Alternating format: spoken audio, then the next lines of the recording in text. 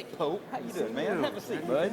Have a seat. I can't sit there. That's a Oh, you congressman's wait seat. until he got till he not suspect. How are you doing? Fine. How you doing? I haven't seen you in a while. I know it. You're up here because this is the 18. We need the 18 on this markup, right? Yeah, we are. Yeah, well, I do clean your actually, it's Tim Brown, my assistant down. He's the main drafter. Yeah. I'm just doing this first part. Well, I'm proud to know you, man. I'm proud to know you. Those wearing a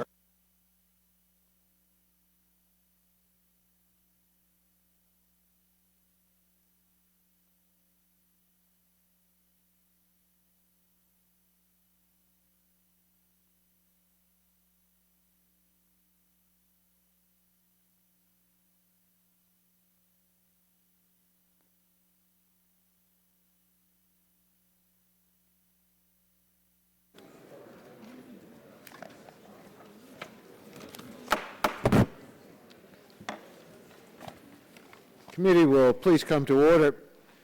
Today, the committee continues consideration of H.R. 2454, the American Clean Energy and Security Act of 2009, sponsored by myself and the chairman of the Subcommittee on Energy and the Environment, Mr. Markey. At yesterday's committee meeting, I brought up the bill for committee consideration and offered the Waxman-Markey amendment in the nature of substitute, which was pending when the committee recessed. As Mr. Barton and I discussed in a colloquy yesterday, and as I described in a previous memo to committee members, the amendment in the nature of a substitute is open to amendment at any point. However, to promote orderly and thoughtful deliberation of the amendments, I will exercise the chair's power of recognition to give priority to amendments in order of title. This means that I will give priority to members who have amendments to Title I over those having amendments to subsequent titles. When the amendments to Title I have been considered, I will then use a similar procedure for considering amendments to the subsequent titles. I also have asked that members submit amendments to the committee at least 2 hours before offering the amendment to ensure that all members of the committee have sufficient time to review and understand amendments before they are offered. And I'm pleased that members on both sides have been following this policy, and my staff has been distributing these amendments to all committee members. I will exercise the chair's power of recognition to prioritize recognition of members offering amendments that have been submitted consistent with the advance submission policy I've described. I now turn to the pending amendment in the nature of a substitute. And without objection, amendments drafted to H.R. 2454 are made in order to this amendment in the nature of a substitute. Does any member seek recognition? For what purpose, Mr. Barton, do you seek recognition? Just to strike the requisite number of words at this time. Gentleman's recognized. Just to ask questions. Yes. I appreciate what you just said in your opening statement. I want to clarify some of that. The minority is going to make a good faith effort for this 2-hour notification, but there are going to be some amendments. In fact, we're redrafting several as we speak that we're probably not going to get out. Well, we could get out in 2 hours' time if we go as long as I think we're going to go, but there will be some amendments that will be timely for specific titles that will not meet the 2-hour notification. So how do you handle an amendment to Title I before we go to Title II if it's not out within 2 hours of consideration while Title I is under consideration? Well, I would hope that if members have amendments to Title I, they try to get out as quickly as possible. And if we are not closing out a title. So if members do not get a chance to get their amendment ready for Title I, and we're out of time, then we'll move forward, and then you and I can work out a schedule to maybe return to Title I some early point. But if we don't, all the amendments to titles that have previously been considered will be pushed to the end of the consideration for the legislation. Okay. Thank you, Mr. Chairman. Okay, thanks. The gentleman seeks recognition for the purposes of offering an amendment. And has it been shared in 2 hours in advance? And is it an amendment to Title I? It is, Mr. Chairman. Clerk will report the amendment. Amendment offered by Mr. Dingell of Michigan on behalf of himself, Mr. Inslee of Washington, and Mr. Gordon of Tennessee. In Title I, add at the end the following new subtitle. Subtitle J, Nuclear and Advanced Technology. Without Mr. objection. Chairman, I reserve the right. Gentleman I reserves the reserve a right. point of order. You reserve a point of order? Do you reserve a right to Yes, the I reserve a unanimous point of consent order. to read the amendment? To No. forego the reading? I'll forego the reading. Gentleman from Oregon reserves a point of order on the amendment. And let me again put the unanimous consent request that the reading be suspended for this Dingell amendment. Without objection, that'll be the order. And gentleman from Michigan is recognized for 5 minutes to speak on his amendment. Mr. Chairman, I thank you. Mr. Chairman, my colleagues, the amendment adds a new title to the bill before us regarding the financing of energy technologies. I'm honored to be joined by my colleagues, Mr. Inslee and Mr. Gordon, and in having their support in the development of this amendment. While we approach the need for this amendment on behalf of different energy technologies, Mr. Inslee, with his strong interest in the development of renewable energy, and I, with my strong interest in ensuring the development of the next generation of nuclear power, we agreed that our current system of federal funding for energy technologies must be more robust and flexible to meet America's future energy needs. And I want to thank my good friend, Mr. Gordon, for joining in this matter. To this end, we propose 2 changes, which I will describe further. Modifications to Title 17 Loan Guarantee Program created in the 2005 Energy Act, one of our major energy sources for project funding, and the creation of a Department of Energy of a new Clean Energy Deployment Administration. In Title 17, we make clear that a final term sheet from the Secretary constitutes a binding commitment such that the energy projects can obtain the required non-federal energy financing with surety that the federal guarantee will proceed. The amendment also ensures that any fees collected by the department under the program are captured for the program by creating a new fund for incentives for innovative technologies and allowing the Secretary to access those funds without further appropriation for energy projects. Lastly, on Title 17, we make, in my view, a long overdue change, supported by the nuclear industry, to add Davis-Bacon prevailing wage protections to Title 17. We made this adjustment in the Recovery Act for the newly created Loan Guarantee for Transmission and Renewables, and it's the right thing to do here.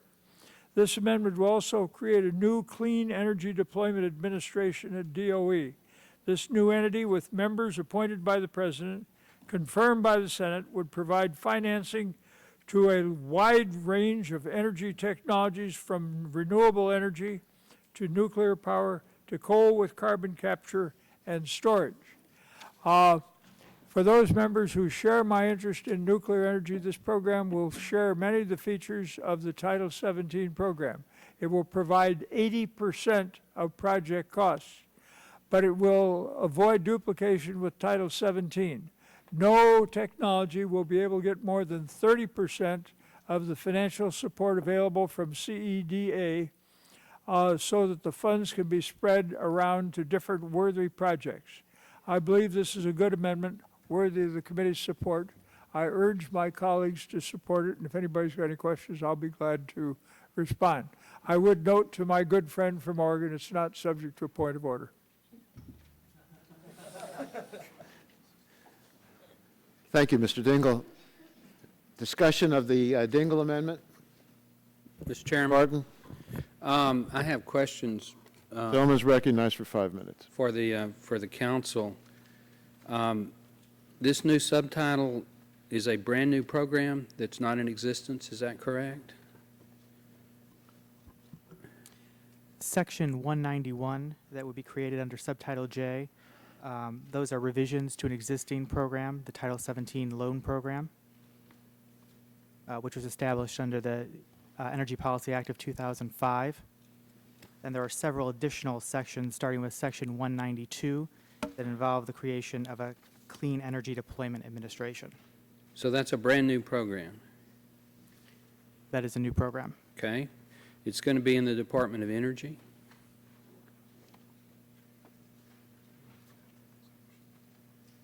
I can refer you to specific language.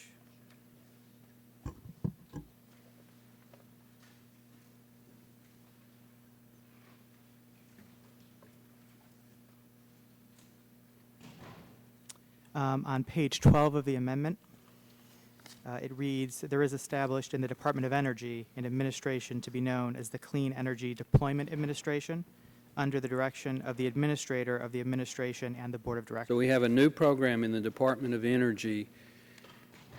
Other than, it says nuclear and advanced technologies, what other technologies are eligible for this loan guarantee program besides conventional nuclear power?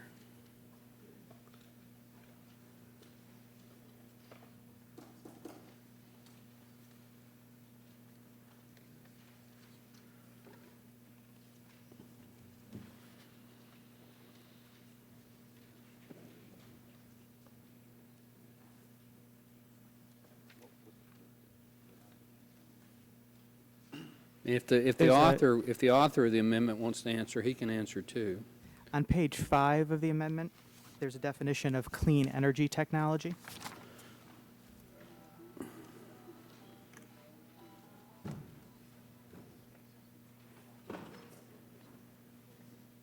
So it can be anything.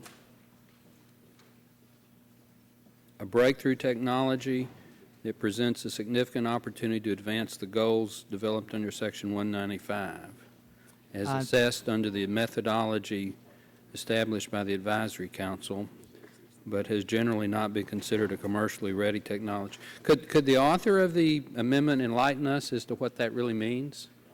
Didn't hear the question. I said, could the author of the amendment enlighten us as to what these other advanced what do you have in mind? Well, I'm not exactly sure. We know that there are going to be new technologies. We know that we're going to have to provide ways of getting them funded and financed where there is no other source of funding through the more regular channels of commerce. For example, tidal, perhaps direct on-stream generation through river generation, perhaps some unique kind of wind or solar, perhaps generation of power through energy gradients, differentials in the ocean. So it's really open-ended. I mean, Of course. you don't have a clue. If you're trying to generate new energy and generate new sources, you've got to allow the department to have a mechanism for getting these new kinds of energy on the market and getting them developed. Otherwise, we might find them being developed in China or some other awkward place like that. Okay. Could I ask the council or the author, what's the authorization level that we're authorizing for this new program?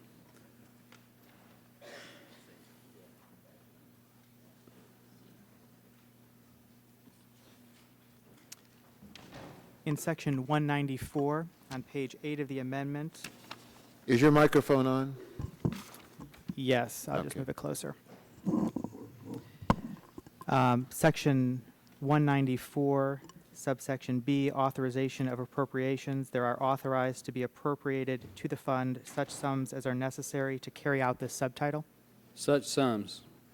Could the author of the amendment enlighten me as to, are we talking about hundreds of millions such sums, hundreds of billions of such sums, trillions of such sums? What's your best guess as to what such, normally we don't do such sums in this committee, but Well, I'm willing to accept a reasonable amendment.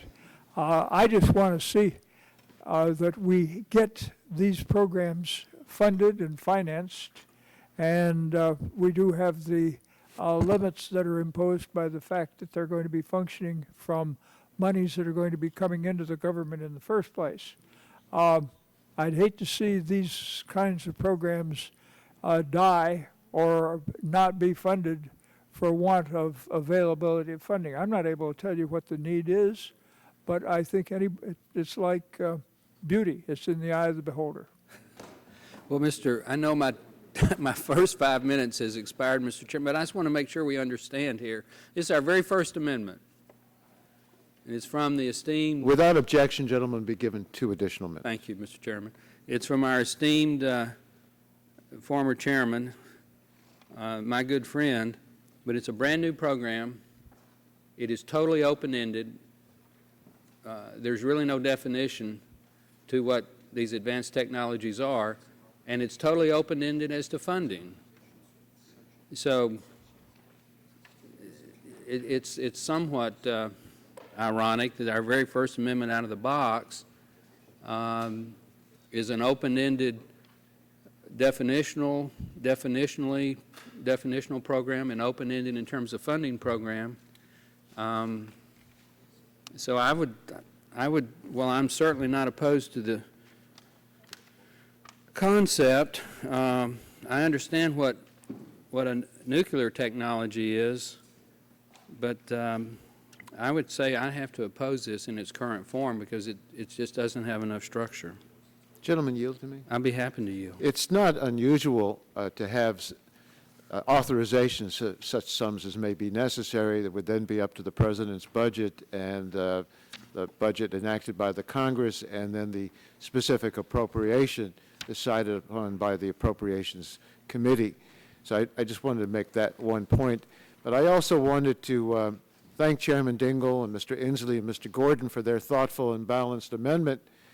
I think it's a good one. It has sensible reforms to Title 17 loan guarantee program and a clean energy deployment administration to provide financial assistance to nuclear power as well as renewable and other advanced technologies.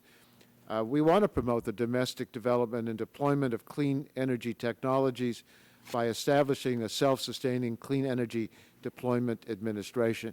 So I thank you for yielding to me, and I think it's a good amendment, and I'm sorry to disagree with you, with all due respect, but I think it's a good It won't be amendment. the first time in this markup, the last time in this markup, Mr. Chairman. And I'm not totally opposed to the concept. I just think it needs a little more structure. If Mr. Inslee or Mr. Gordon have any ideas, I think if we could put some limiting factor in terms of an authorization and some definition in terms of technologies that are available, we could probably accept it. Would the gentleman yield to me? I think my time's expired, but to the extent I have time, I'll be happy to yield. I ask the gentleman to be given one additional minute. Without objection, that'll be the order. I want to thank my good friend from Texas. We are close to agreement here. We have a situation where there's a lot of things that we have a chance to do but can't do under the bill as drawn, because there's going to be a lot of kinds of energy development that will not be able to get funding unless we provide a mechanism whereby that can happen. This will make those things happen from from a proper government source. This is going to be the subject of, first of all, the continuing process of the Congress, but it is also going to be subject to the budget process. And I would just say to my good friend that unless we put something like this in here, you're going to find that we are not going to be funding a lot of projects that are going to be necessary for addressing the other problems that we have with regard to the bill, including how we're going to take care of the American energy industry in both the production of new mechanisms for energy production, but also in terms of offsets and things like that. Gentleman's time has expired. Mr. Inslee seeks recognition. Thank you. I just want to respond to a couple of Mr. Barton's concerns as far as limiting factors. you know, this whole idea is that the devil is in the details, but the devil is actually in the financing when it comes to really getting clean energy going. And on page 5, I just want to allude to the language that limits the program to breakthrough technology.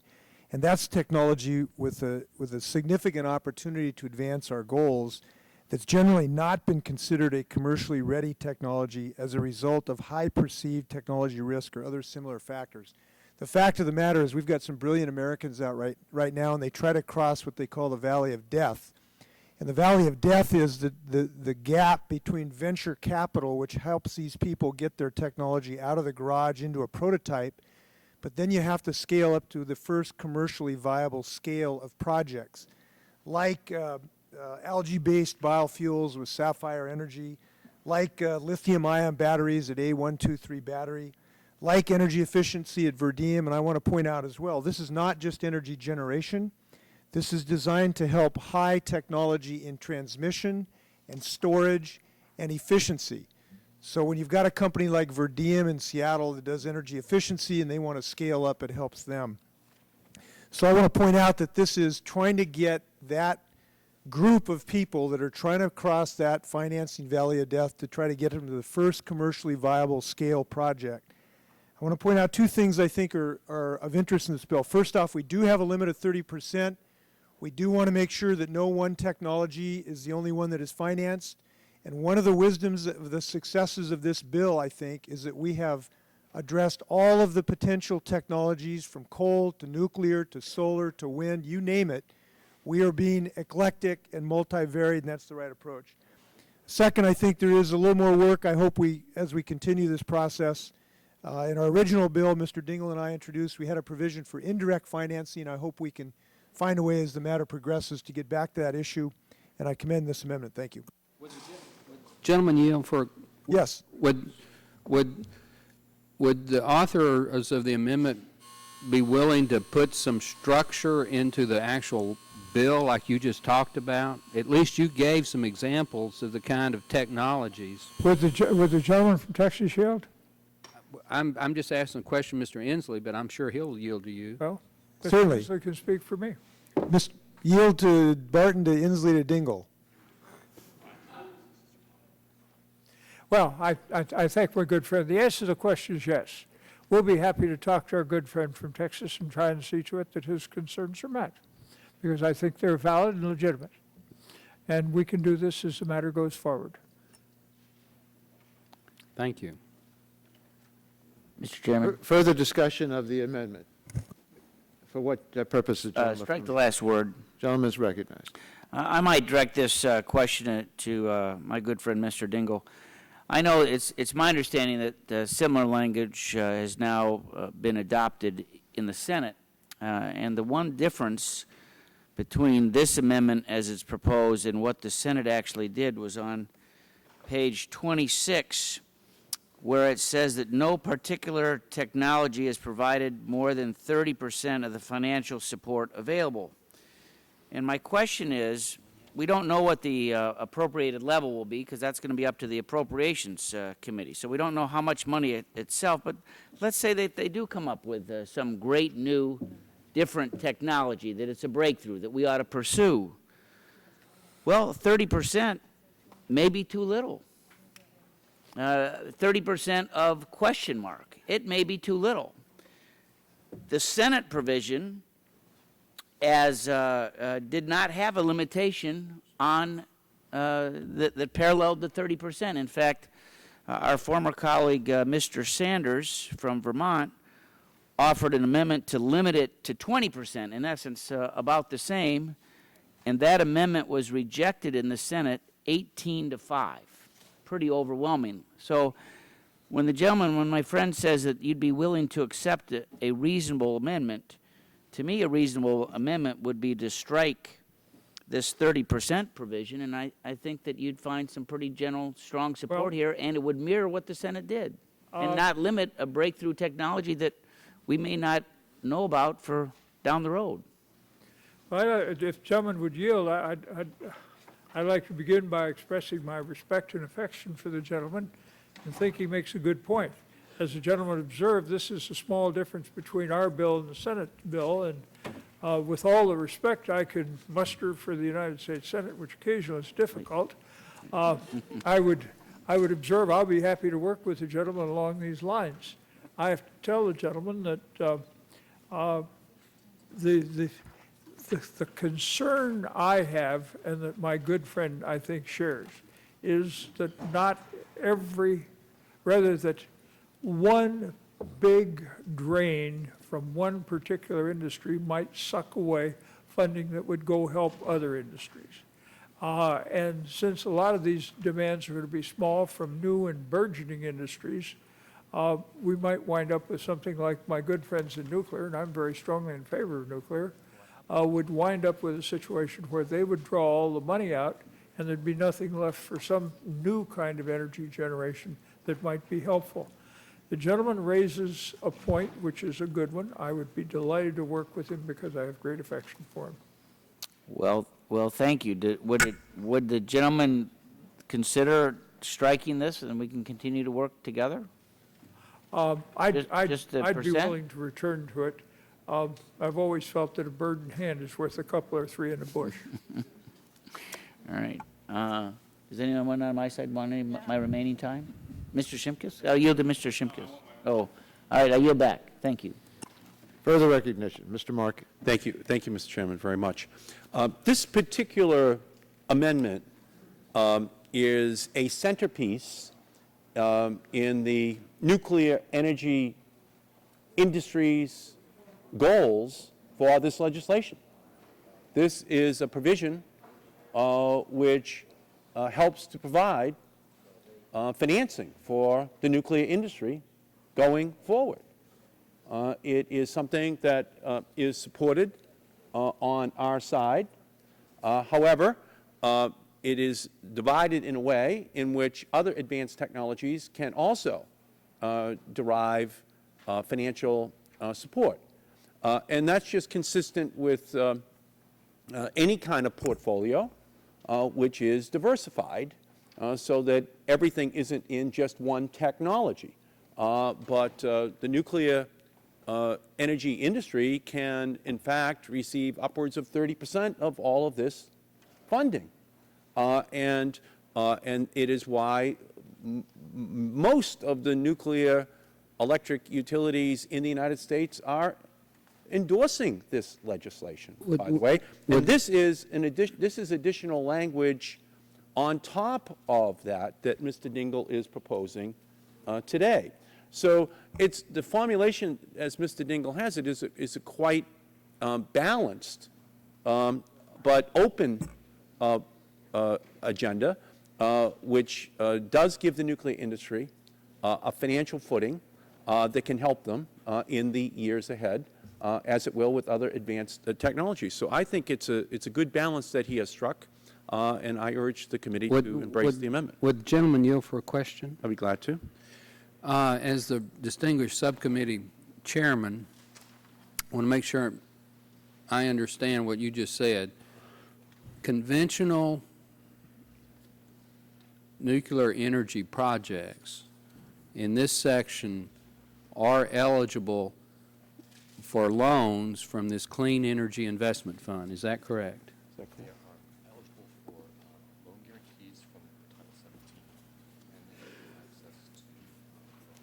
Yes, they are available for loan guarantees from the Title 17 program, and similarly, they are eligible from the Clean Energy Development Administration program, yes. Well, that's not my question.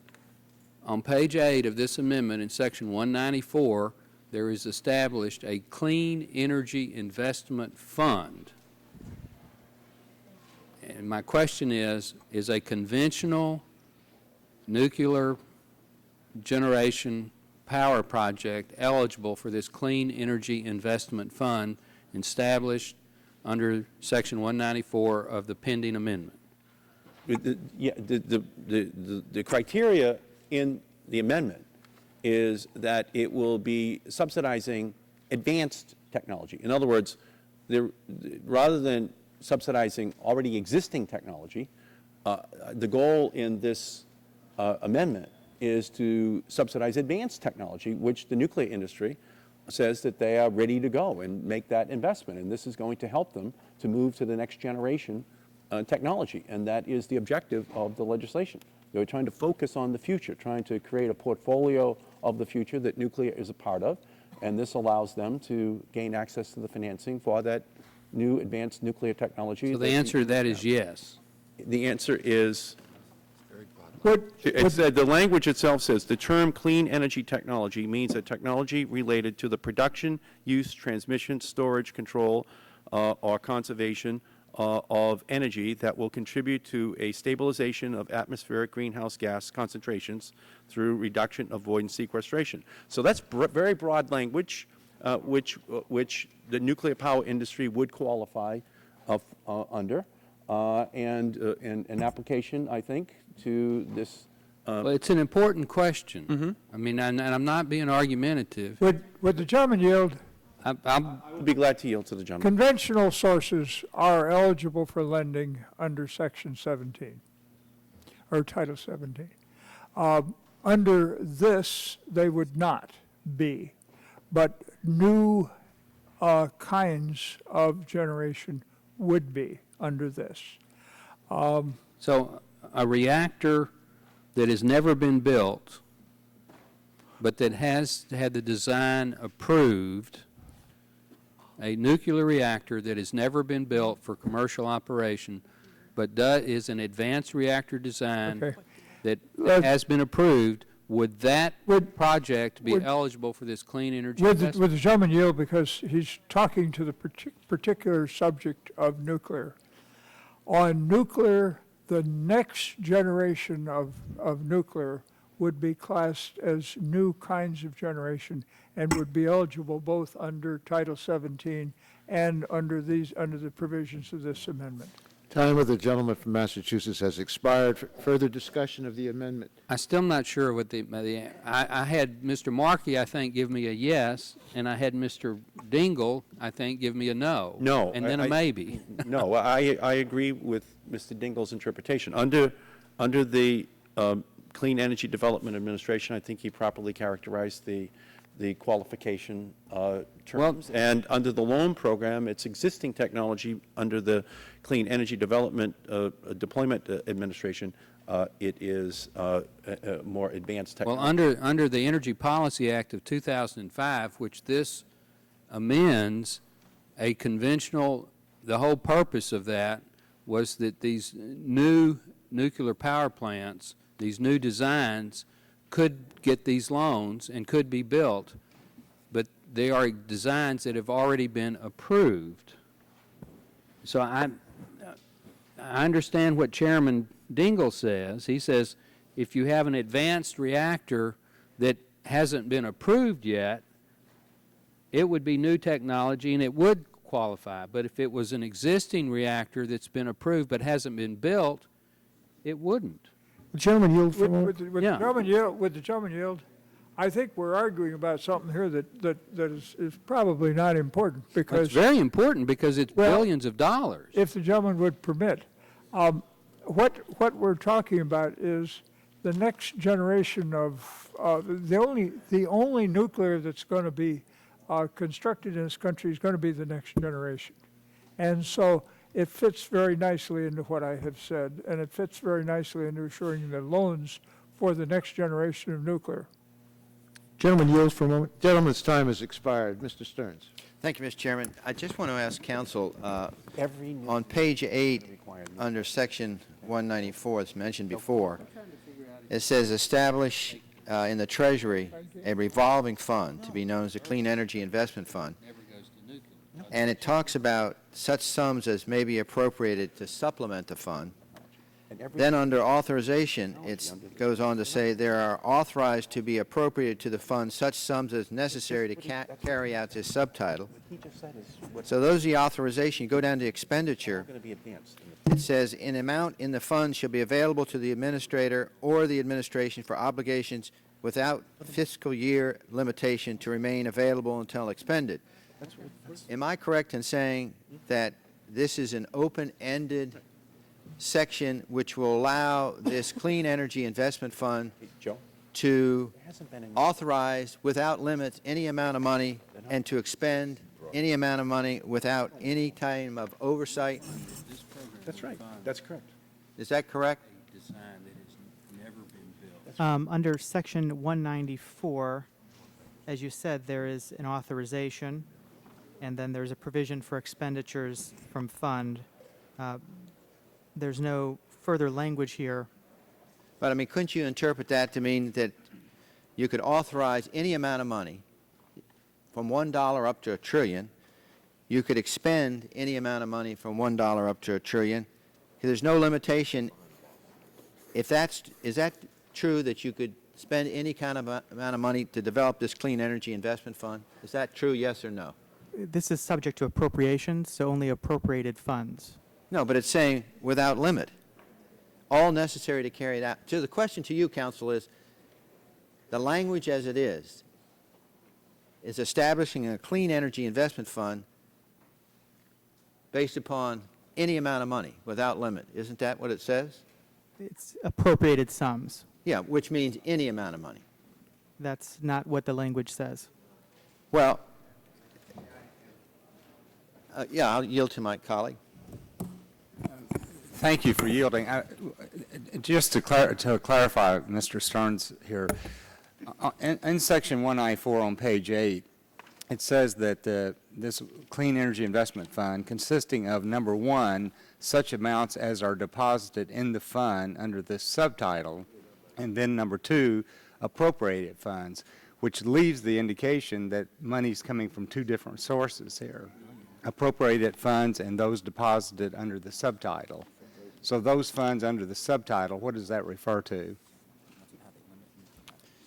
I believe the language such amounts as are deposited in the fund under this subtitle refers to, at the bottom of page 8, administrative expenses. There's a provision there, fees. Fees collected for administrative expenses shall be available without limitation to cover applicable expenses. To the extent that administrative expenses are not reimbursed through fees, an amount not to exceed 1.5% of the amounts in the fund as of the beginning of each fiscal year shall be available to pay the administrative expenses for the fiscal year necessary Well, I to carry understand out that. the subtitle. But from the front end, these limitations on the fund on Section 9, but on the front end, they could appropriate, depending upon the appropriators, they could appropriate any amount of money to do this. Well, I guess my point with the council is, what you're saying is when I ask the question, yes or no, can they appropriate any amount of money, you're saying it's up to the appropriators. Is that what you're saying? Would the gentleman yield? Oh, sure, okay. And I thank him. There's two sources of funding. One is what the appropriators give, and the other is the money that's paid into the fund as a part of the activities of the people who are the generators of this fund, right? And they're subject to different limitations. And I think we can address the concerns of my good friend by identifying what the difference is between the two sources of money in terms of the way they are treated. Let me reclaiming my time, Mr. Dingell. I guess the point I'm having trouble with is that it appears to me in this Section 194, the amendment might be very beneficial, but the problem is it appears to me that there's unlimited amount of money that can be appropriated, and then I understand that there's an extent to which there's percentages later, but it looks like it's open-ended both in the appropriation side and the expenditure side, and I just think that's reason enough not to support this amendment, and I just would ask the authors of the amendment to withdraw it, to take Mr. Barton's point and Mr. Upton's point, as well as try to establish a little closer fiscal control of what we're talking about here. Gentleman's time has expired. Mr. Gordon. Thank you, Mr. Chairman. Very, very briefly, we simply can't get there from here in terms of climate change or energy independence without new technologies, and some of which are going to have to be transformational. Now, that's going to be expensive. Chairman Waxman, under many legitimate demands, simply was not able to carve out, enough money in this bill for the type of research that we need. Again, this is because no fault of his own, it's just there are other demands.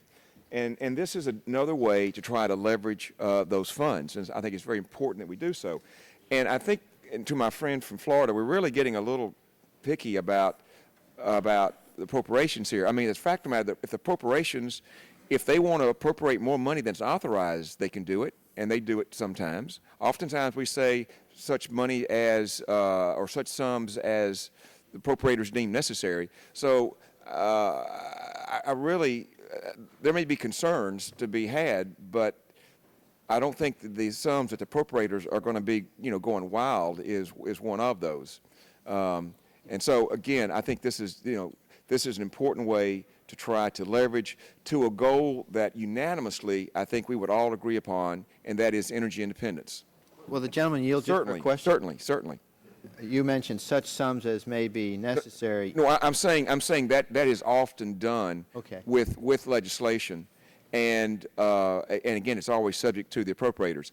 Also, the appropriators sometimes authorize or appropriate more money than is authorized. So I don't think that we have to be that concerned about this as a check and balance. Just as a question, how much money do you think this is going to take?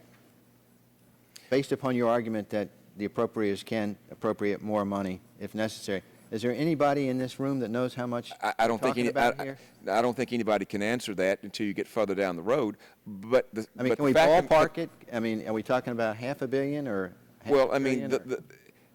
I would think somebody in this room with this amendment could at least give us an idea what we're talking about. There are going to be transformational types of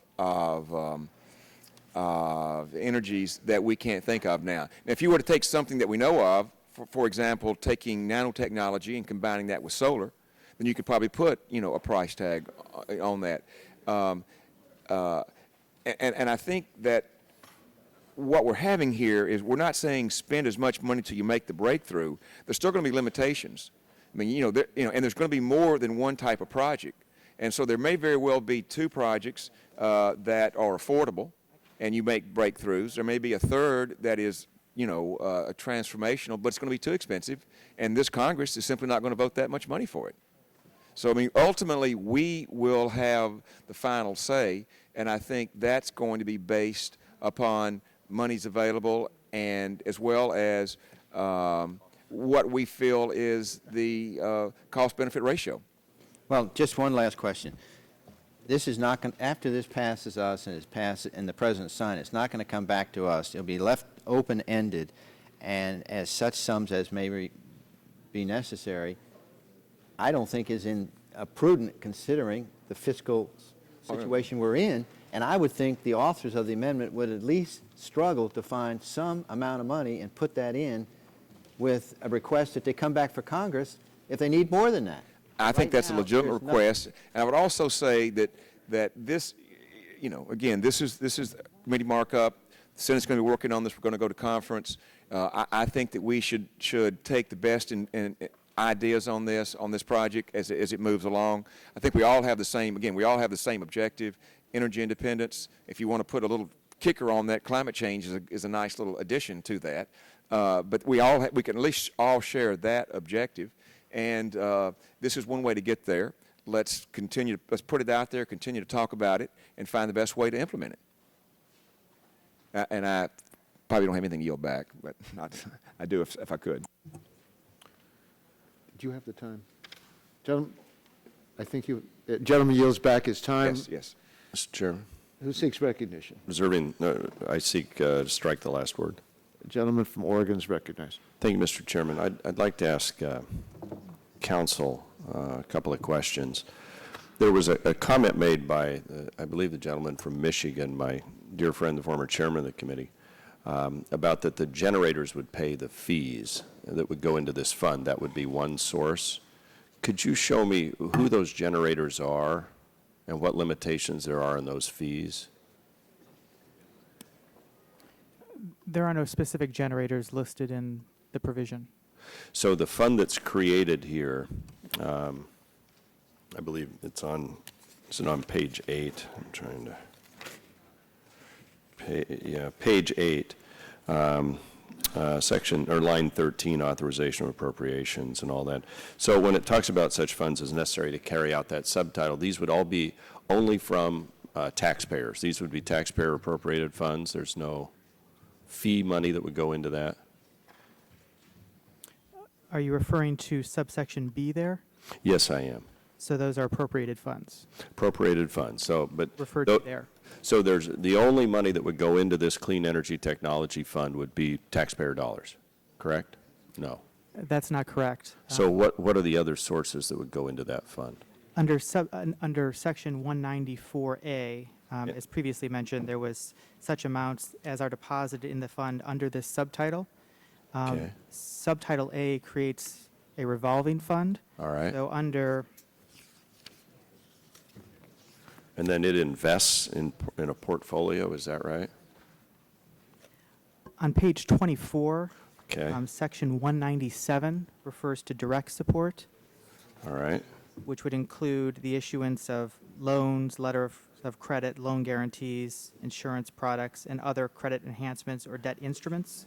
Would the gentleman yield on that, on your point? Right here, Mr. Walden behind you. Yeah. But to council, it doesn't mean that the industry is not compelled to put money into this fund. I was just saying that repayment of loans would go into Right. the revolving fund. But So there's that no, as to his point, industry is not compelled to put money into this fund. There's no requirement industry put any money into this fund, is there? I don't believe there's any requirement that anyone put money into the fund. So it's a fund with an open-ended authorization, right? And so there's no limitation on how much appropriators could, or the Congress could dump into this fund, correct? It's such sums as are appropriated. Okay, and then whatever the other fees that come in are because out of this revolving fund, this advisory board or this new entity is going to invest in new technologies by granting loans, correct?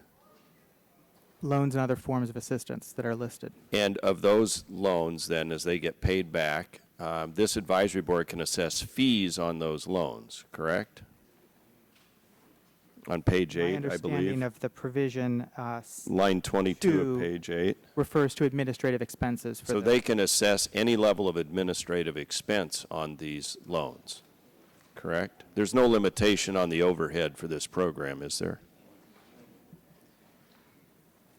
There's, at the top of page 9, B there, fund, to the extent that administrative expenses are not reimbursed through fees, an amount not to exceed 1.5% of the amounts in the fund as of the beginning of each fiscal year shall be available to pay the administrative expenses for the fiscal year necessary. Right, but that 1.5% fund limitation is off of the revolving fund proceeds, correct?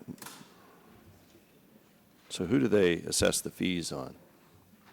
Amounts in the fund, that's correct, in answer to your first question.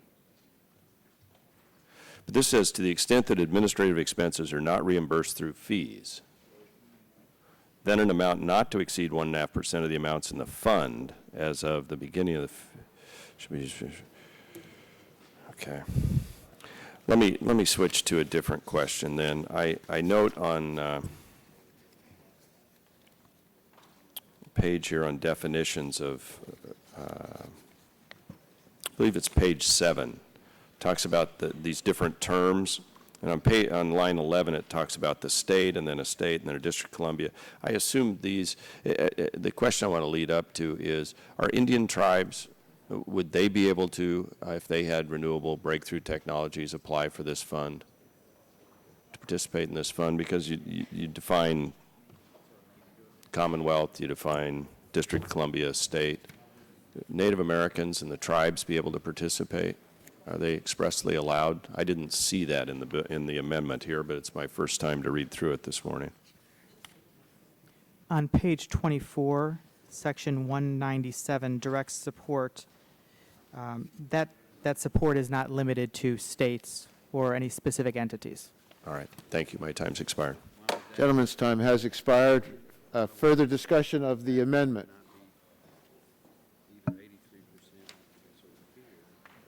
In order of seniority, who seeks recognition? Yes, gentlelady. is recognized. Tennessee. Thank you, Mr. Chairman. I know we're kind of out of sight, your line of sight over here. I move to strike the last word. I have a question I'd like to ask of council, if I may. On page 10 of the amendment, at where you have Initiative 5, it's on line 19, the transformation of the building stock of the United States to zero net energy consumption.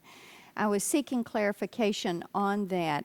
If this is moving to, if the objective would be to move to no energy consumption in addition to a base standard that would be established or referenced at some point, or is it just a drafting error and is to be to zero net energy emissions? And seeking clarification on that.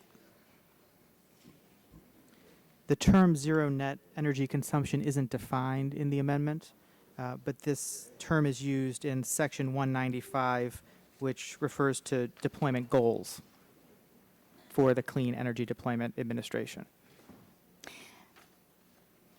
So, reclaiming my time there, if you're not sure then if it means zero emissions or no additional consumption.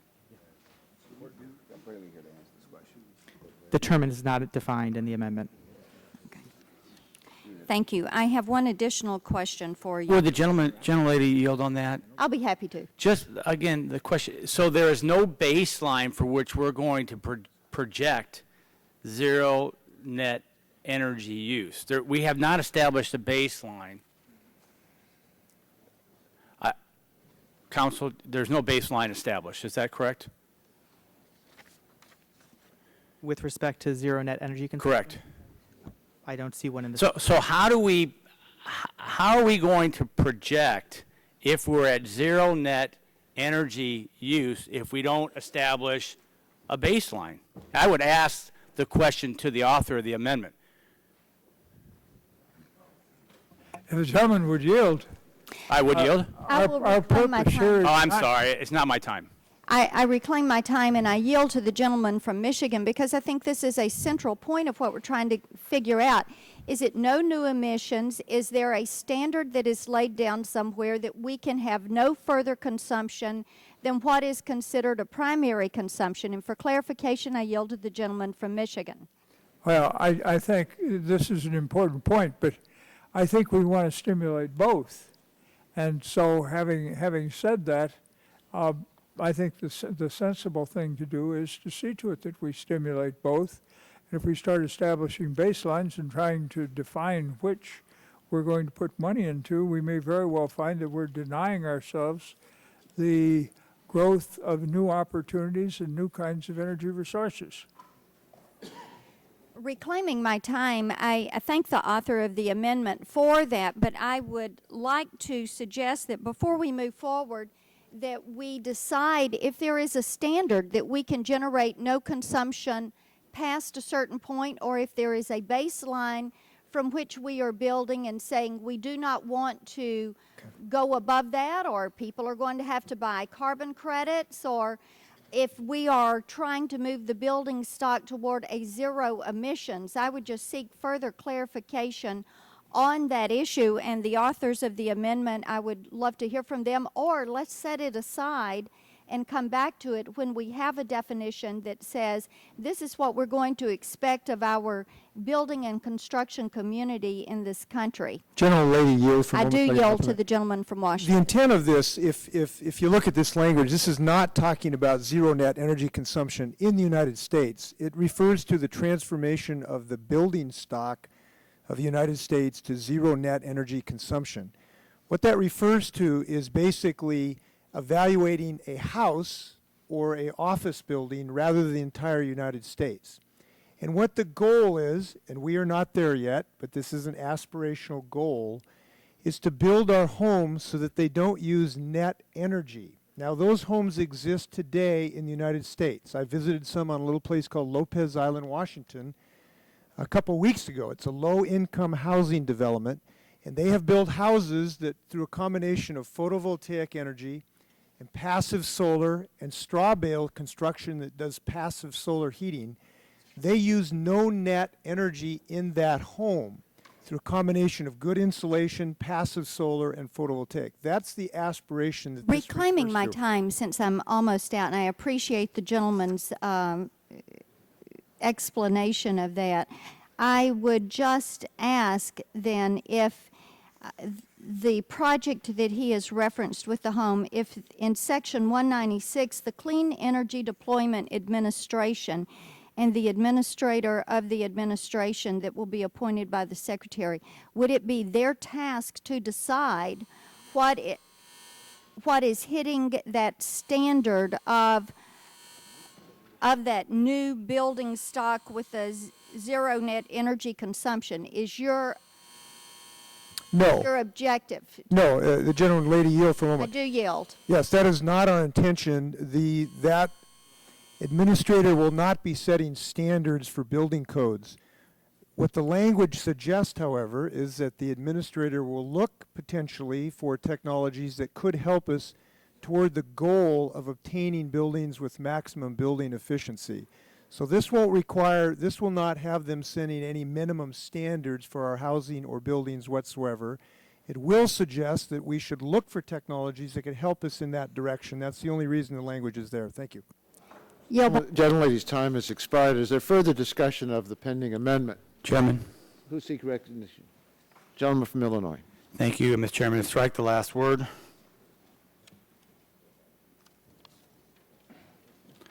Thank you. Thank you, Mr. Chairman. I guess a couple questions I have. One would be to, on page 5, a line to council, line 19, 20, and 21, says technology related to the production, use, transmission, storage, control, and conservation of energy. Would the carbon capture and sequestration qualify under that terminology? This definition doesn't specify specific technologies. The Clean Energy Deployment Administration would have to interpret this language and implement it.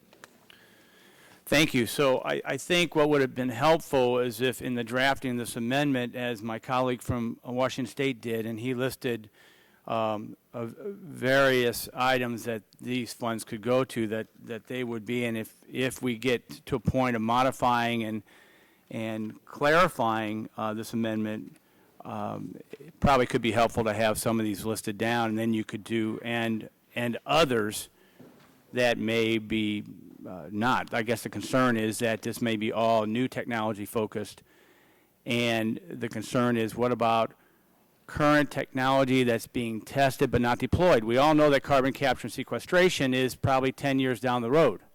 A lot is riding on this bill and the electricity costs of millions of Americans based upon whether this technology is available or not. So I would hope that carbon capture and sequestration is part of that. I want to go back to these two funds again. We have two funds, one which the appropriators, and one the generators of the fund. And the question is, where does the money? Obviously, the appropriators funds come from general revenue through the appropriation process. The generators of the fund, is that money coming from dollars through the cap and trade system, by which then will be allocated through the secretary to these new emerging technologies? There's no provision in this amendment for allowance value from Title VII to go to this administration. So where are the dollars from the generators of the fund coming from?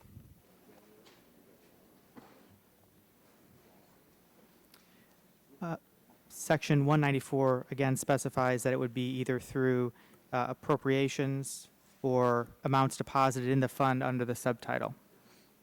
Gentlemen, yield to me. I would. As I understand it, you have appropriated funds and then the other funds from generators, repayment of loans. Is that the correct understanding?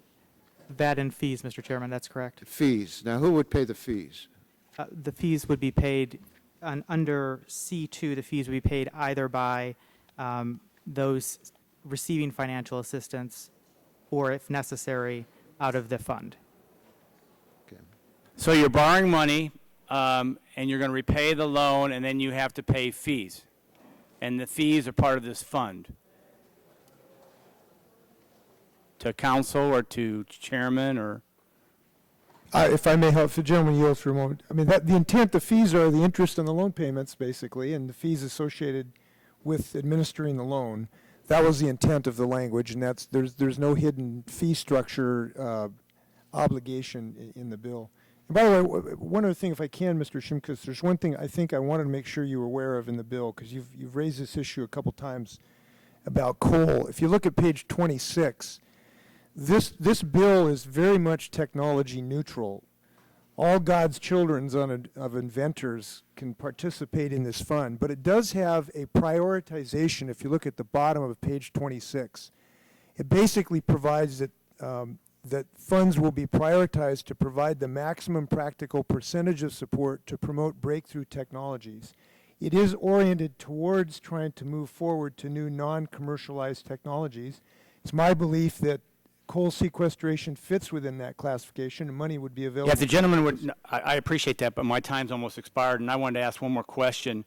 And the concern is, and this is just a statement why I'm in opposition to this bill, the 30% of the financial support available, which the ranking member of the Energy Subcommittee, Mr. Upton, was talking about, is too low an amount for nuclear power, new technologies in nuclear power. I think that's the same issue that was addressed in what the Senate amendments had a concern of, and I think if we want to really be support of the expansion of nuclear power, that percentage has to be. Would the gentleman yield? Well, my time's expired. Well, I ask unanimous consent that the gentleman have 2 additional minutes. I thank Without objection, Chairman Emeritus, and I'd yield to my colleague, Mr. Markey. I thank the gentleman very much. And I'm just going to follow up on what the gentleman from Washington just said.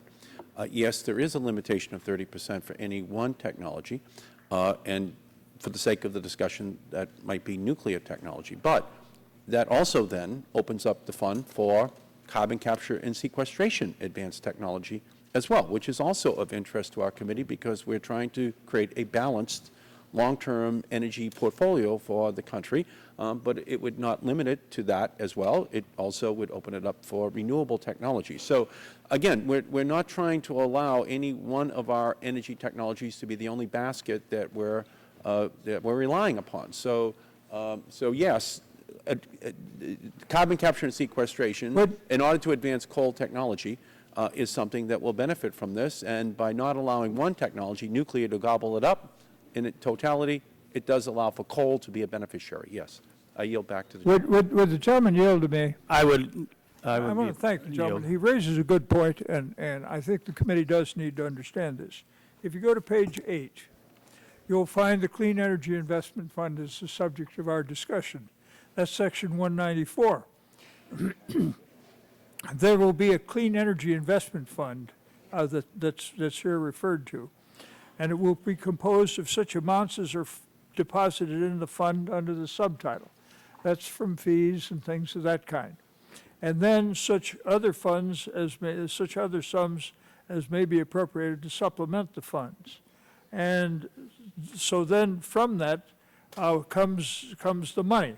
And that comes through at line 13, authorization of appropriations. And then you come down under C, expenditures from the fund, and the fund, amounts in the fund shall be available to the administration for obligation without fiscal year limitation to remain available until expended. Then you go on down, you got 2, which is the administrative fees. So you have different sources of money, some of which are fees and things of that kind, some of which are appropriated funds, and the Secretary spends them to make loans and things of that kind for the purposes of the Act. And I know my time's expired. Thank you, Mr. Chairman. A lot of fees. Fees will be passed on to the ratepayers, and yield back. Gentleman's time has expired. Is there further discussion of the pending amendment? Gentleman from Kentucky. Thank you very much, Mr. Chairman, and we appreciate very much the time spent on this amendment because those of us particularly who represent coal areas have a lot of concerns about this bill. But in the base bill, we establish a carbon storage research corporation. And it's my understanding that there's going to be like $1 billion a year for 10 years available for research on carbon capture and sequestration. And then in this amendment, and I just want to verify this, under Chairman Dingell's, former Chairman Dingell's amendment, clean energy technology would include carbon capture and sequestration as well. I would ask the council that question. Well, let's see if the author, one of the authors of the amendment, Mr. Inslee, do you have an answer? Yes, as I expressed to Mr. Shimkus, carbon sequestration would be, in my understanding of this, covered. A prioritization would be given well, to under your, you said it's your understanding, or are you emphatic about it? Or? Yes, I mean, it's in the bill. It covers all technologies that have the capacity of reducing carbon emissions associated with energy. And I believe that would include technologies that sequester carbon from coal-fired plants. I see nothing to indicate it would not. Okay. So under the base bill, we have the Carbon Storage Corporation. Correct. And that money, and then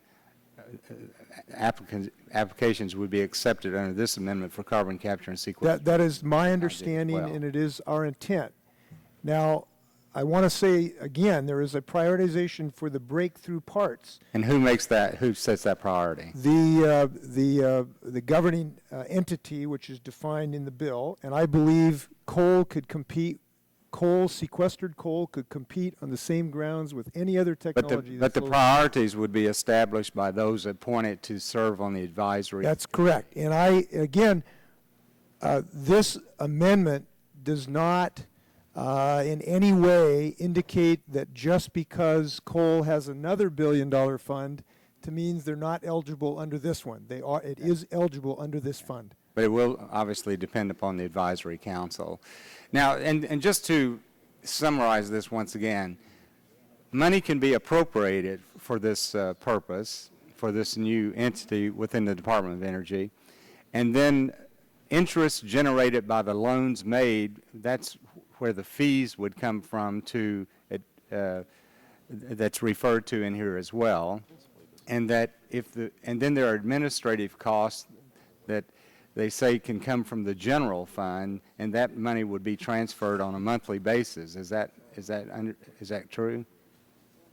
That is my understanding, and perhaps we should make sure council is answering your question accurately. But that's generally my understanding. There's a combination of general fund money to get this fund going. Then there will be repayment of loans that are made by the borrowers, the borrowing technologies, together with the principal and interest, and there may be some setup fees that the group may charge, which are classified, quote, as fees in the bill.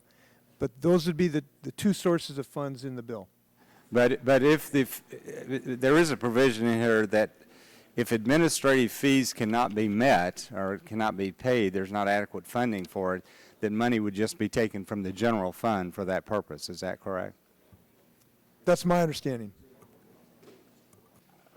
Now, excuse me, with this caveat, when you say taken from the general fund, all of this is subject to appropriations of the United States Congress and signature by the President. So these people are not just going to reach into the till and grab money. It has to all be appropriated. It says to the extent that administrative expenses are not reimbursed through fees, an amount not to exceed 1.5% of the amounts in the fund as of the beginning of each fiscal year shall be available to pay the administrative expenses. And then it says the amounts required to be transferred to the fund under this section shall be transferred monthly from the general fund. But it's your understanding that that's money appropriated, and that is correct. It's not money that's going to be transferred without any kind of That's correct. It's an appropriated amount subject to appropriations authority. Okay. That's correct. Okay, Mr. Chairman, I yield back the balance. Okay. If the gentleman I just, yield. again, it is, just so we clarify this, I think everything that the gentleman from Washington State has said is true. Carbon capture and sequestration can qualify under its own program or under this program. That's defined on page 5 down at the bottom, which is a new clean energy technology, means a technology related to the production, use, transmission, storage, control, or conservation of energy. Carbon capture and sequestration would qualify. And on page 30 of the amendment, there is a definition of how that fee structure should work, but it's principally an appropriations process that would be used for funding, although the revenue generated from the fees could also be used. Gentleman's time has expired. Further discussion of the amendment? Mr. Boyer. Thank you. I move to strike the last word. I'd ask my good friend Mr. Dingell, as I was looking on page 5 under the definitions for at the bottom for clean energy technology, and as I listened to your co-sponsors talking about this is meant to be technology neutral, and I was looking at the eligibility criteria for different activities. So as I note under clean energy technologies, you're seeking a technology and you're hoping that it be then, you call it breakthrough, it could be a step ahead, it could be next generation. And the gentleman is a supporter of nuclear energy. The issue regarding nuclear reprocessing or recycling of spent nuclear fuel, would that be a clean energy technology? As I read at the bottom of A, and then it goes on top of page 6, it would be that type of technology that stabilizes atmospheric greenhouse gas concentrations through a reduction, avoidance, or sequestration of energy-related emissions, and reduces the need for additional energy supplies by using existing energy supplies with greater efficiency. And that would be the reprocessing of spent nuclear fuel, would it not? I have to say that that's probably the case. I thank the gentleman. I yield back. Any further discussion? Are we ready for the question? Yes, gentleman from Arizona, Mr. Shattuck. For what purpose do you seek recognition? To strike the requisite number of words. Gentleman's recognized. First, to ask counsel a question. Looking at page 3, lines 13 through the bottom of the page and going on to page 4, there's a discussion of prevailing wages on projects. Is that a requirement of the payment of Davis-Bacon wages? I'm sorry, could you repeat the question? I couldn't hear you. Looking at page 3 of the amendment, there's, beginning at line 13, subsection K, it says wage rate requirements. And then it goes down and talks about the payment of not less than those prevailing, the wages at rates not less than those prevailing on projects of a character similar to the contract work in the civil subdivision of the state in which the contract work is to be performed. And it goes on. Is that a Davis-Bacon wage requirement? I believe that refers to the Davis-Bacon language, yes. Thank you very much.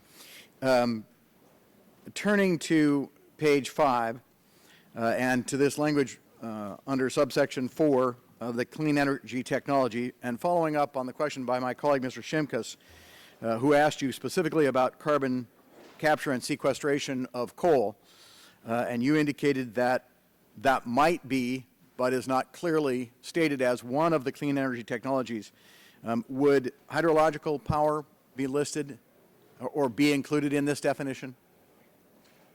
There's no specific technologies that are listed. There's a definition that would be interpreted and implemented by the Clean Energy Deployment Administration. So that would be subject to interpretation by the department?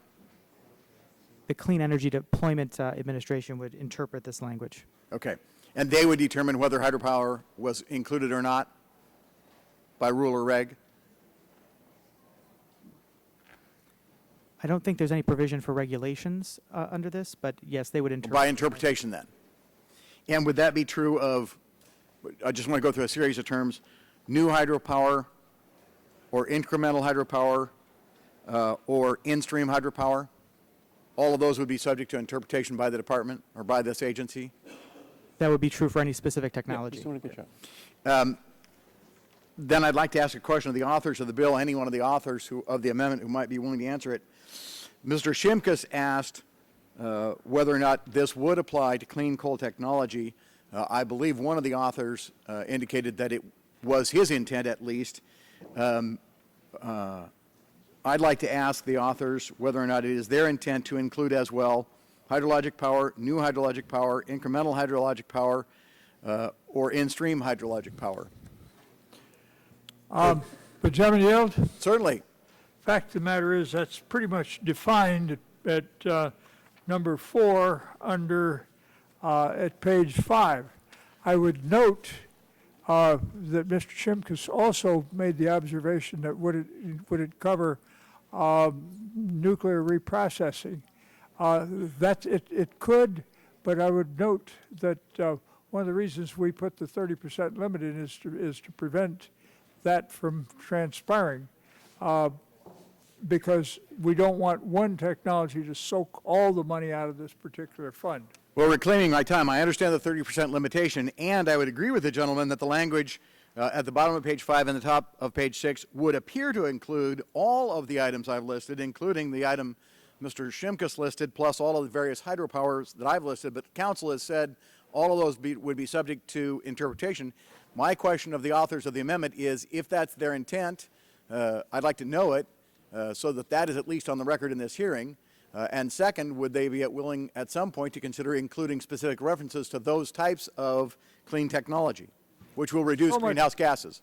Yielding yes again. Would the gentleman repeat that, because there's so much racket in the back? I'm not hearing the gentleman. Let's have order. I would agree with the gentleman that all of the types of energy that I listed, hydro, new hydro, incremental hydro, and in-stream hydro, would appear to be included in the broad language appearing at the bottom of page 5 and the top of page 6. However, council has suggested, in answer to my question, that all would be subject to interpretation because none of those items are specifically listed.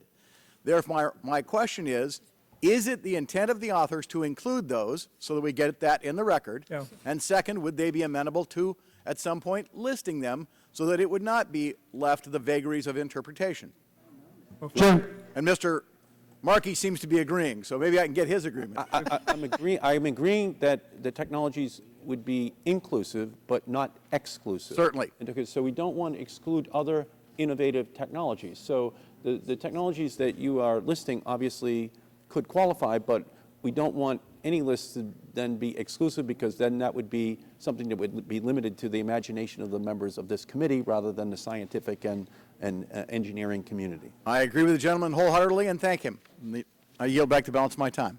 The gentleman's time has expired. Is there further discussion? If not, let's proceed to consideration of the amendment. All those in favor of the Mr. Dingle Chairman. amendment will say aye. Mr. Chairman. Opposed, no. Mr. Chairman, just as a matter of protocol, aren't I supposed to withdraw my reservation? Which I do. Gentleman is correct. Mr. Chairman. The point of order was reserved by the gentleman from Oregon has been withdrawn, and the vote has been taken. Mr. Chairman, I ask for your recorded vote. Gentleman is asking for a recorded vote. Let's proceed to a recorded vote.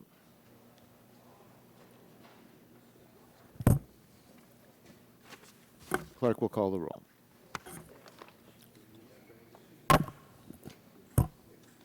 Mr. Waxman. Aye. Mr. Waxman votes aye. Mr. Dingle. Mr. Dingle votes aye. Mr. Markey. Aye. Mr. Markey votes aye. Mr. Boucher. Mr. Boucher votes aye. Mr. Pallone. Mr. Gordon. Mr. Gordon votes aye. Mr. Rush. Ms. Eshue. Ms. Eshue votes aye. Mr. Stupak. Stupak votes aye. Mr. Engel. Mr. Green. Ms. DeGette. Ms. DeGette votes aye. Mrs. Capps.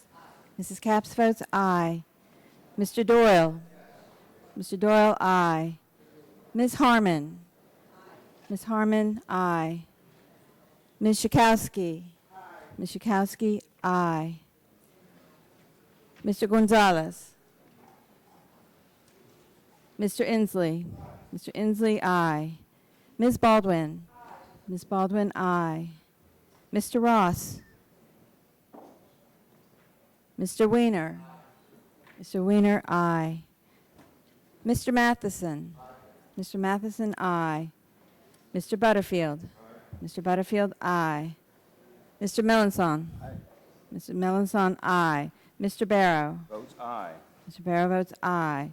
Mr. Hill. Mr. Hill, aye. Ms. Matsui. Ms. Matsui, aye. Mrs. Christensen. Mrs. Christensen, aye. Ms. Castor. Ms. Castor, aye. Mr. Sarbanes. Mr. Sarbanes, aye. Mr. Murphy of Connecticut. Mr. Murphy of Connecticut, aye. Mr. Space.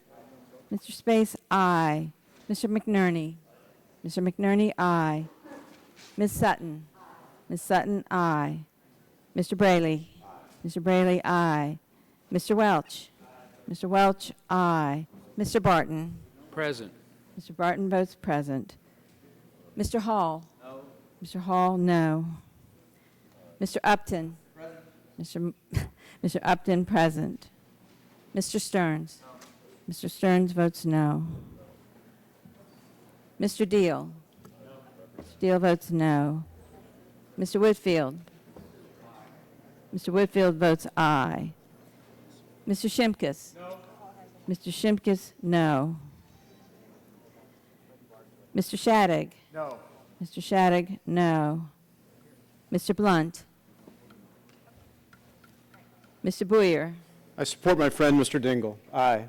Mr. Boyer, aye. Mr. Radonovich. Mr. Radonovich, aye. Mr. Pitts. Mr. Pitts votes aye. Ms. Bono-Mack. Ms. Bono-Mack, aye. Mr. Walden. Mr. Walden, aye. Mr. Terry.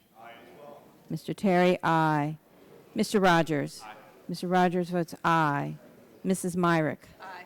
Mrs. Myrick votes aye. Mr. Sullivan. Mr. Murphy of Pennsylvania. Passes. Mr. Murphy of Pennsylvania passes. Mr. Burgess. Mr. Burgess votes aye. Ms. Blackburn. Ms. Blackburn votes aye. Mr. Gingrey. Mr. Gingrey votes aye. Mr. Scalise. Mr. Scalise votes aye.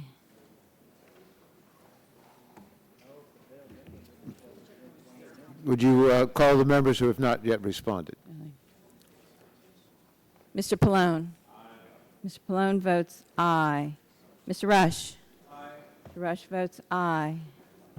Mr. Engel. Mr. Engel votes aye. Mr. Green. Mr. Green votes aye. Mr. Gonzalez. Mr. Gonzalez votes aye. Mr. Ross. Mr. Ross votes aye.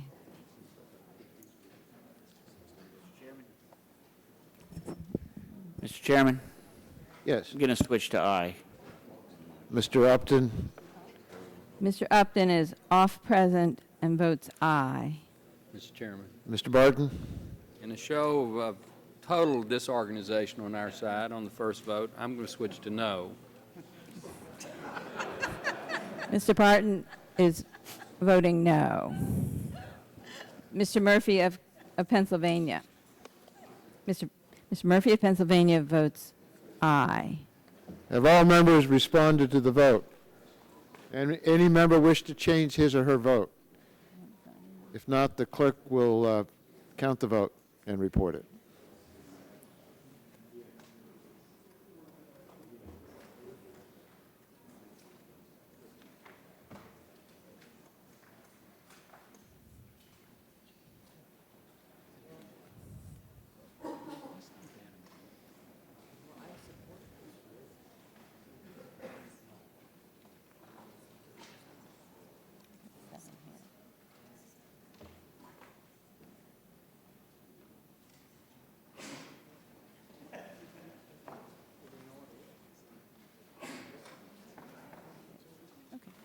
Mr. Chairman, on that vote, the yeas were 51 and the nays were 6. 51 ayes, 6 noes. The amendment is agreed to. Who seeks recognition? Mr. Chairman. Mr. Chairman, For what purposes, gentlemen from I have an Oregon? amendment at the desk. Has that amendment been, is that amendment to Title I? I believe it is. It's in the definitional sections. And has that amendment been made public for more than 2 hours? I don't know that it's been here more than 2 hours, but it has been submitted, a full 100 copies in advance. Will the hopefully on recycled, environmentally sensitive paper. That's very admirable. But I'm concerned about the carbon emissions from all the extra. Let's have an identification of the amendment before I recognize you to offer it. It would be Walden-018. At least that's the title at the top here. It was in that box we put on the table that's now disappeared from the table.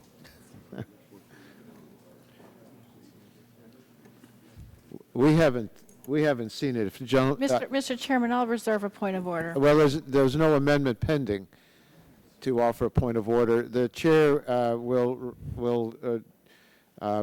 recognize the gentleman at a later time. Well, can I inquire, Mr. Chairman, as to what happened to the box of amendments that we put on the table? They are You can somewhere. inquire, but the chair does not have an answer to that. Well, I hope it hasn't gone into the great biomass pile in the sky or something. When amendments are submitted to the clerk, a PDF is made of the amendment and circulated to all the members of the committee.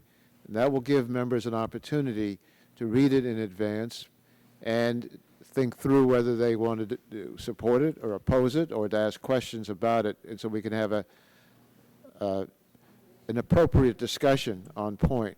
Well, Mr. Chairman, if I may inquire. For what purpose does the gentleman seek recognition? Just a question of process. The gentleman is recognized to ask a question. So they're available on a PDF. How would I access that here? I've got my laptop. How do I get it?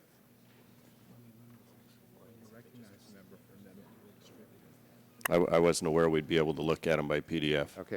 As I understand it, when a member is recognized to offer an amendment, Yes, it is sir. then sent on a PDF, but it has to be submitted 2 hours in advance. Would the gentleman... Are those the rules of our... No. Would the gentleman from Oregon yield on his... I will, Mr. Chair. Before you do that, hold off a second, because I might have given you misinformation. Just, Okay. Gentlemen, suspend for a minute. How many amendments did we send in last night at 10 or 11?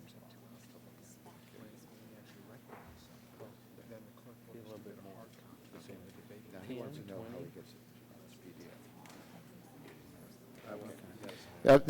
If the gentleman would Yes, sir. permit, you asked a question of how do you get the PDF? Right. Now, I've been informed that when an amendment is being submitted to the desk, a PDF is sent to each member's office. And when a member is recognized to offer the amendment, then a hard copy is distributed to the members here at the dais. So unless we have this amendment in advance, it is not, the chair has set out rules by which he will not refuse to recognize members for an amendment that has not been made available 2 hours in advance. Now, if we can get your amendment and we continue to talk about it, we might have that 2-hour time limit met. But Point of order, Mr. Chairman? Who is making a point of order? Well, Mr. Scalise, but I also have a question. Well, point of order is a priority over a question. You just said that a member you would refuse to recognize a member who didn't have an amendment in prior to 2 hours in advance. That's not what you had said yesterday when you and Ranking Member Barton were having your colloquy on the procedure. You said there would be a precedent given to members that had it over 2 hours, but you would still recognize people who didn't have an amendment at the desk 2 hours in advance, and now you're saying that you would refuse to recognize. So what changed between yesterday? I think there might be a misunderstanding on your part about yesterday's colloquy. Members will be recognized. Members will be recognized to offer an amendment that is pertinent to the title under consideration, or or that has been available for 2 hours. And we will not close out any title, so members will be allowed to offer an amendment at a later time. We're not closing out anybody's opportunity to offer an amendment. We just simply think it's fair for members to know what's coming before it's offered. Further, I would yield to point of order. Mr. Barton, you had a question. I just want to point out some flaws here, and it's a question. The minority submitted approximately a dozen amendments to the majority staff last night after our Republican caucus at 6 o'clock. Now, so they've been available for 2 hours, at least to the majority staff, but we haven't submitted all of those amendments to the desk this morning. Mr. Dingell's first amendment was not seen by the minority last night, but it has been circulated today, but he was recognized within this 2-hour window. So we've got a situation here. If your decision point is 2 hours at the desk as opposed to 2 hours to the staff, it's going to be basically an extremely difficult markup to comply because... Gentlemen, yield to me. I'd be happy to yield. I think I can clarify it. There were amendments submitted by your side of the aisle last night. There are only 2 of those amendments that are to this title, but all of those amendments would be subject to being called up and will meet the requirement of the 2-hour time limit. Mr. Dingell's amendment was circulated to all members last night, so it was available for members to see it. We are going title by title, so members will have the opportunity to know that the subject in that title will be debated, and they can be here if they want to debate that title, or choose not to be here if they don't want to get involved in that particular title. So if the gentleman's amendment was part of the amendments submitted by the staff last night? I don't think this one was. Okay. No, if I might, Mr. Chairman, no, it was not. We were busy photocopying and working with legislative. Well, we're going to make the amendment in order at the earliest possible time in compliance with I think a process that's fairest to all members, and that's that they have a chance to see the amendment. Well, I don't disagree, Mr. Chairman, they should have a chance, but this 2-hour notification requirement is going to mean we might as well plan on being here all next week, because we have over 400 amendments, and we're changing them as we go. It's not going to be possible to put all of those amendments out at the desk in a 2-hour time frame. So you're going to create a situation where we seek recognition to offer an amendment, and then just like in this case, Mr. Walden, he hasn't had it at the desk for 2 hours, so it's going to be deferred, and you're going to end up having about 60 or 70 amendments that are deferred till the end of the week. I don't see any way around I think you're painting too dire a picture. If amendments are submitted and there are changes, conforming changes, or non-substantive changes, if they're submitted 2 hours in advance, I don't think we're going to quibble about a correction of that amendment, because we'll know what the amendment's all about. We took almost 2 hours on the first amendment. So I think, I don't want to predict how much time we're going to take on amendments, but if you have 400 amendments, let's see them. And well, you'll get to see them. We're not, it's just and when it gets to the title point, by title, well, when it comes to a title, well, I would urge that members start getting your amendments in on the earlier titles first, so that we can get them considered. but we're not going to preclude any amendments. Mr. Who has an amendment? Mr. Chairman, could I get one Yes. other Mr. clarification? Walden. Mm-hmm. If I might. Gentleman's recognized, yes. So if we are working on an amendment to your amendment in the nature of a substitute, and as we were having that discussion, for example, on this authorized fund in the last amendment, and a member wanted to put a cap on that fund, say offer an amendment, a secondary amendment of, $1 billion on that fund, would that type of amendment also then under your proposed your protocols require a 2-hour delay? Because I know as we've marked up other bills in the Well, past, if the gentleman would yes, permit, an amendment to an amendment would not be in order. All right. Because we have an amendment pending. Okay, then if we, for example, had adopted this last amendment as we did in a bipartisan way, somebody then would have to come back and try to amend that later, and it would be a 2-hour delay to amend that. Is that accurate? I think that would be accurate. Okay, and just one final question. These are not actually rules of the committee, correct? This is a process you're just working through. These are not the rules of the committee, but the inherent power of the chair for recognition can be used in a way that would promote the orderly process of debate and amendments, and we're trying to establish that procedure. Parliamentary inquiry. Who's making the parliamentary inquiry? Gentleman from Florida. Let's say we get through Title I and we're in Title IV, and somebody has an amendment to Title I. Are you going to allow members to go back and amend Title I? I don't want to be rigid and say that they can't at that point, but I would expect that if you've passed up Title I, that your appropriate time to offer an amendment to Title I will be at the end of the bill, because we do want to go Title I, II, III in sequence, and it wouldn't be helpful to members to take them by surprise on an amendment on Title I after we've just completed Title V. No, I understand that, but you offer an amendment, let's say, in noon for Title I, and it's Thursday, and you've had 2 or 3 hours. Could the member then go back and amend Title I with this? Are you allowing that? On Thursdays, the rules are different. No, it's a joke.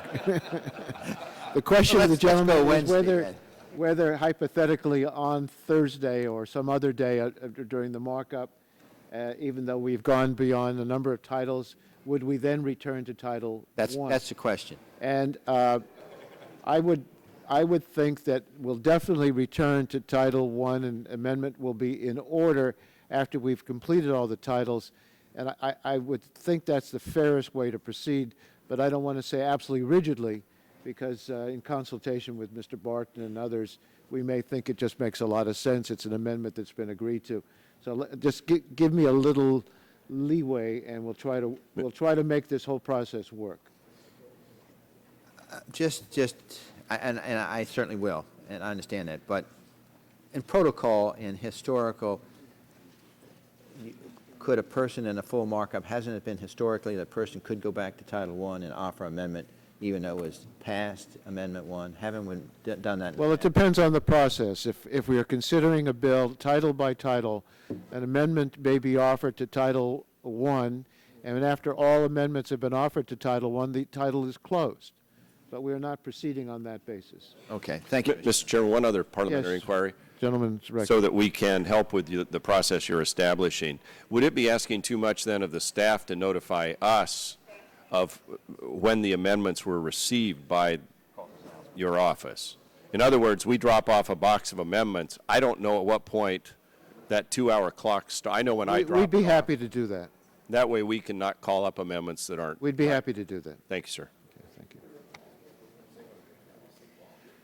Well, the chair seeks recognition for someone who has an amendment to Title I that has been submitted 2 hours in advance.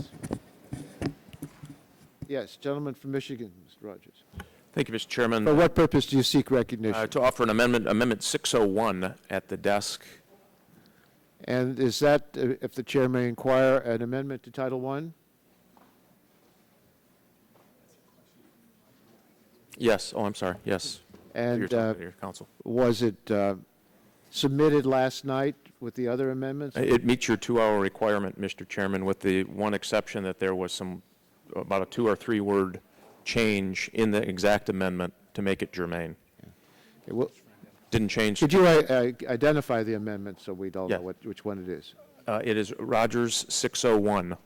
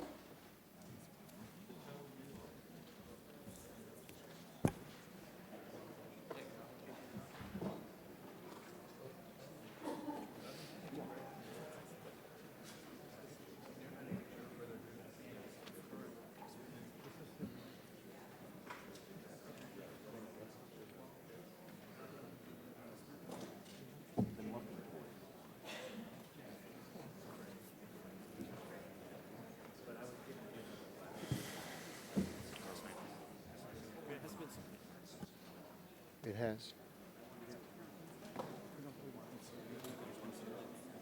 So, I'm informed that a different amendment has been submitted by you, not that one. Just as you stated, Mr. Chairman, sometimes there's perfecting language. The amendment is identical to the intent. There was a slight change. I think it's 3 words total to make sure that it met the conditions of germaneness. The amendment is the same, and they have it at the desk. Okay. Gentlemen will wait.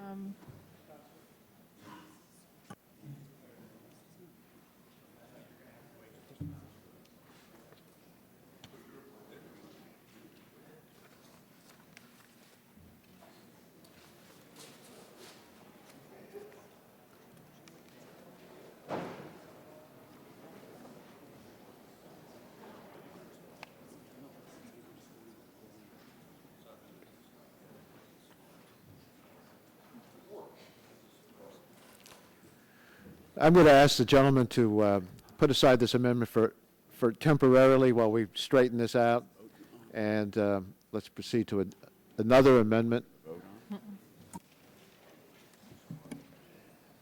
Mr. Stupak, for what purpose do you seek recognition? Mr. Chairman, I have an amendment. It's number 070. Is this an amendment to Title I? Yes, it is. And has it been distributed 2 hours in advance? Yes. Or met the 2-hour time limit? The clerk will report the amendment. Amendment in nature of a substitute offered by Mr. Stupak of Michigan, page 93, line 11, strike January 1, 2009, and insert July 1, 2010. I reserve a point of order, Mr. Chairman. The gentleman from Oregon reserves a point of order. The amendment has been read. The gentleman from Michigan is now recognized for 5 minutes. Thank you, Mr. Chairman. Mr. Chairman, I'll be fairly brief on this. H.R. 2454 successfully lays out a cap-and-trade system by its very nature will provide economic incentives for carbon reduction. While I was not involved in the original negotiations or this section, the new source standards could eliminate any further development of coal-fired generation around the country. In Michigan, because of our... Mr. Chairman, we're having a debate on an amendment we don't have. Yeah.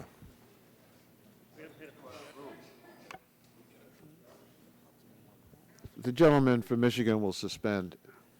Do we have a hard copy distributed? It's coming, Mr. Chairman. Okay, let's hold off until this amendment. So we're debating the second Democrat amendment in a row, and this one we don't even have it at the desk. The copies are coming. That's a fair way to do things, Mr. Chairman. Well, I think you make a very good point, and we will suspend until you have the amendment.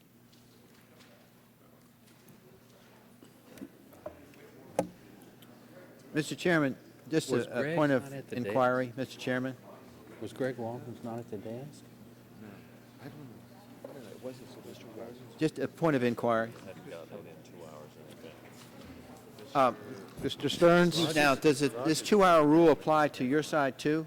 Yes. So that means if your side suddenly wants to amend their own, as a result of the discussion here, we have a debate, and they suddenly realize they made a mistake in their bill, they want to amend their own amendment, they won't be able to do it without a 2-hour delay? The chair's going to have to deal with real situations instead of hypothetical ones. Let's see if we can get this thing to work. Well, Mr. Stupak's amendment is not even at the desk, Mr. Chairman. I think I'm probably for Bart's amendment, based on what little I've read about it, but it's not.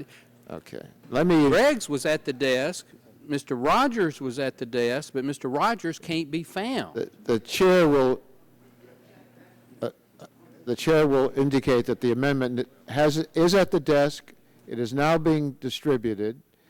The gentleman from Michigan has asserted that his amendment was submitted 2 hours in advance. We have indication from our staff, and be interested if your staff has other information to the contrary. If not, this appears to be an amendment that would be in order under the rules that we're operating under. That you created. Okay. I'm now going to recognize the gentleman from Michigan for 5 minutes to speak on his amendment. Thank you, Mr. Chairman. As I said, I'll try to speed this up. Mr. Ross and I were trying to figure out with all these amendments, we figure, and our math is not the best, but it's going to take 33 days and 8 hours to get through all these amendments at the current rate we're going. So let me try to expedite this a little bit. On this amendment here, Mr. Chairman, this is the one we had a chance just to speak about briefly, and you had promised to work with me on this, and because of my schedule, not yours, but because of my schedule, we could not put much more time on it. And so what I'd like to do is just offer this amendment, and I'm going to withdraw it, because talking with your staff and that this morning, there's some more documents I want to produce to try to see if we can't get some exception. And the reason why I'm doing this, maybe we can work this one out before we get much further. But in Michigan, we're one of those states that require or rely on coal-fired generation for our electrical. And right now, because most of our coal-fired generation is over 50 years old, many of these companies are going through a process of reapplying and putting new plants online. The date in the bill is January 1st, 2009. Michigan has made some changes in their process, which has delayed and resulted in some delay for some of these folks who were going through the permitting process. So since we did not know that January 1st, 2009 was going to be the date, and Michigan has some different wrinkles they're putting in their process, I think it'd be unfair now to tell these people they have to go back to rules that they were not aware of, especially since there's been some changes in the process in the state of Michigan. So with those representations and with your willingness to work on this a little bit more, see if we can't work something out, I would withdraw this amendment at this time and continue to work with you. I appreciate what the gentleman's suggesting. The gentlelady from Virgin Islands, Ms. Christensen, wanted to speak on this amendment. Oh, you have an amendment. Okay. The gentleman withdraws his amendment, and Yes, I sir. certainly do pledge to work with you and to see if we Look forward to continue to work with you on it, withdraw my amendment, Resolution. ask unanimous consent. Okay. Without objection, the amendment is withdrawn. Mr. Chairman? Who is seeking recognition? I need to withdraw my reservation on the amendment. I believe it's part of the process. Okay. You don't really need to, but if you want to, that's fine. I could leave it in place, we can vote on it. For what purpose does the gentleman from Nebraska seek recognition? Thank you. Should have Terry Amendment number 3 at the desk. Is that amendment to Title I? Yes, and it was delivered over 2 hours ago. Okay.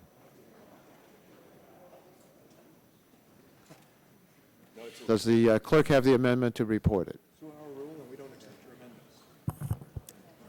I don't see the amendment, Mr. Chairman. All right.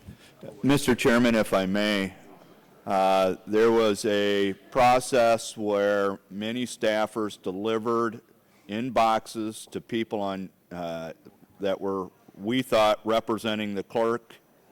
Mr. It's Terry, amazing you're- to you're me pro- that all of ours haven't been recognized, but yours have. I yield. Mr. Terry, if you would permit, let's take a half-hour break. Let the staffs coordinate Yeah, this. there's something very wrong right now. Mr. Chairman. And let's see if we can understand what amendments are ready to go. Yeah. So, Mr. Barton, are you? Yeah, I just anything? want to point for especially for my friends on the majority side. They think that maybe we're sandbagging you. Now, maybe you're not thinking that, but it wouldn't surprise me if you thought we were. We're turning these amendments in. There's some young staffer out in the hall somewhere that literally has to apparently typeset in the entire written amendment into a computer, and that doesn't.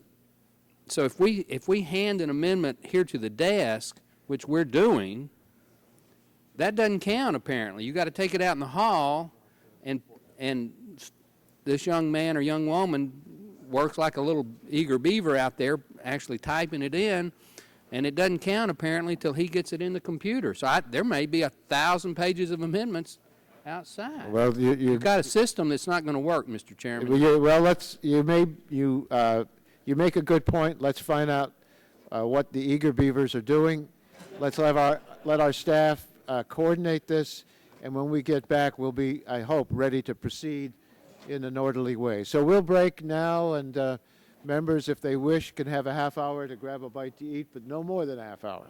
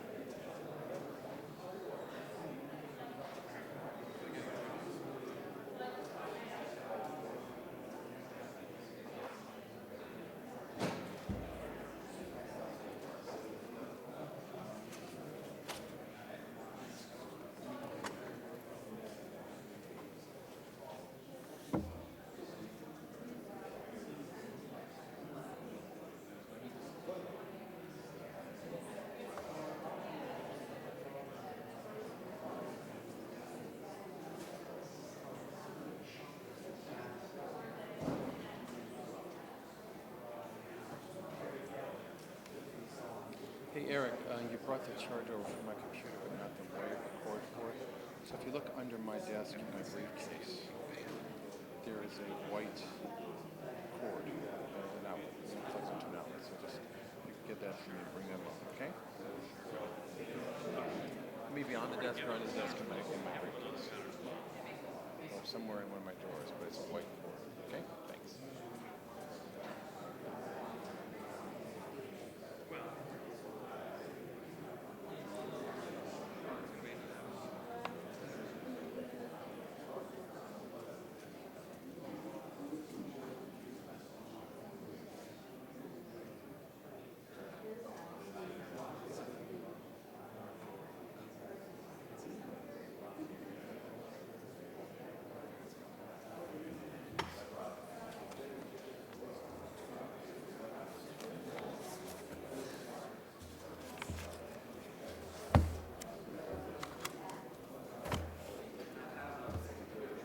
Hello, Beth.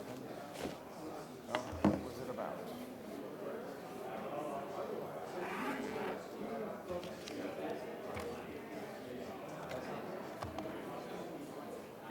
When you say we, was it a bunch of people applying for a job at once?